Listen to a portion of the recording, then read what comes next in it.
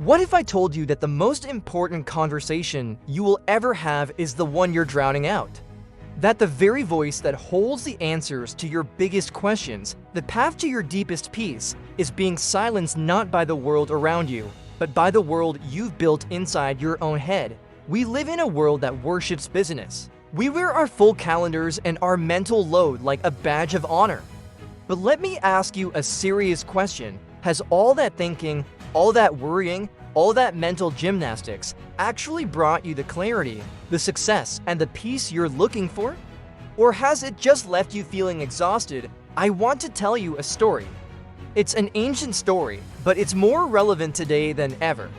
It's the story of a professor, a Zen master, and a cup of tea. The university professor, a man filled with knowledge and theories, once went to visit a wise Zen master. The professor wanted to learn about Zen, but mostly he wanted to impress the master with his vast intellect. As the master quietly began to prepare tea, the professor talked non-stop. He explained his philosophies, quoted famous texts, and analyzed complex ideas. He was filling the room with his knowledge. The master listened patiently. He then poured the professor a cup of tea. But he didn't stop when the cup was full. He kept pouring. The tea overflowed from the cup, spilled onto the saucer, and began to pool on the floor. The professor jumped back. "Stop!" he cried. "The cup is full.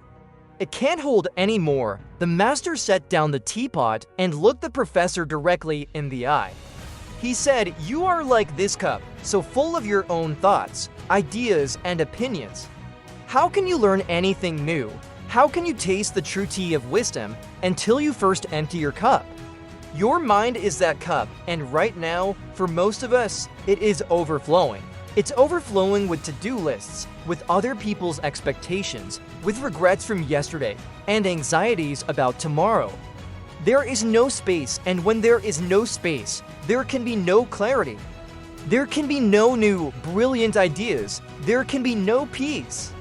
The first and most profound step toward a different life is not to add more, it is to have the courage to empty your mind. So how do we do it? How do we empty a cup that's been overflowing for years? It's a practice, not a one-time event. It's about building new mental muscles. I want to give you 3 powerful, practical ways to start. The first is the brain dump. This is the most immediate and practical technique. Your mind is not designed to be a storage unit. It's designed to be a processing unit. When you try to use it for storage, it freezes up, just like a computer with too many files on the desktop. The brain dump is your system reset. Here's your mission. Tonight, or first thing tomorrow morning, take a notebook, set a timer for 10 minutes. And I want you to download everything, and I mean everything. Don't just write work stuff. Write nervous about the meeting with Sarah at 10 a.m. because of the Q3 numbers. Get specific. Write down the trivial. Buy toothpaste. Write down the emotional. Still feel hurt by what my friend said. Write down the random. Idea for a sci-fi novel about a dentist on Mars. Do not judge. Do not organize. Do not make it pretty. This is not a to-do list. This is an exorcism. You are taking the invisible, swirling storm in your head and giving it a shape on paper. The moment you write it down, you are telling your brain, "I have captured this." You don't need to hold onto it anymore. The relief is physical. It's like putting down heavy bags you didn't even know you were carrying.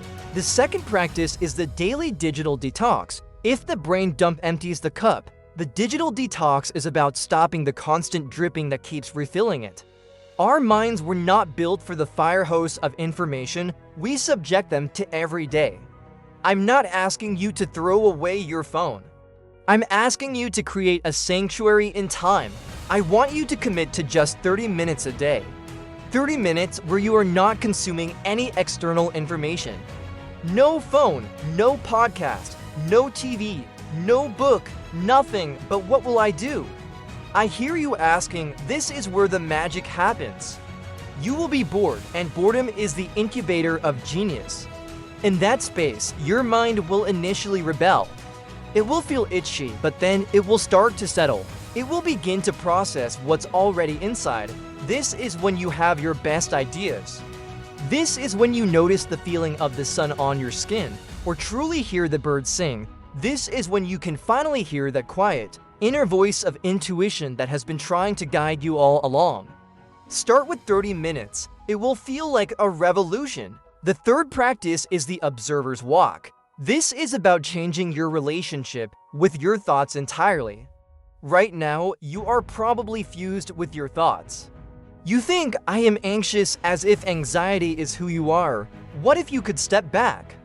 I call this the observer's walk. Go for a 15-minute walk with no phone, no headphones. But here's your only job, to observe your thoughts as if they are clouds passing in the sky. As you walk, a thought will arise. I'm such an idiot for that mistake I made. Instead of grabbing onto that thought and diving into a 20-minute mental movie about your failure, simply notice it.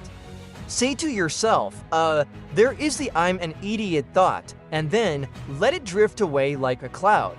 Another thought comes, what if my project fails? Notice it. There is the fear of failure thought, and let it pass. You are not your thoughts. You are the vast, spacious, silent sky that holds the thoughts. The sky is never damaged by the storm clouds that pass through it. When you practice this, you empty your mind of its identification with the mental chatter. You realize you are the awareness behind it all. This is the foundation of true, uncheckable peace. Now, you might be wondering, okay, but what's the point? An empty mind sounds boring. What do I actually get from this? When you empty your mind, you don't find a void, you find a universe. You make space for what truly matters to flourish. First, you will find unshakable clarity. When the mud of mental chatter settles, the water becomes clear. Decisions that once paralyzed you become obvious.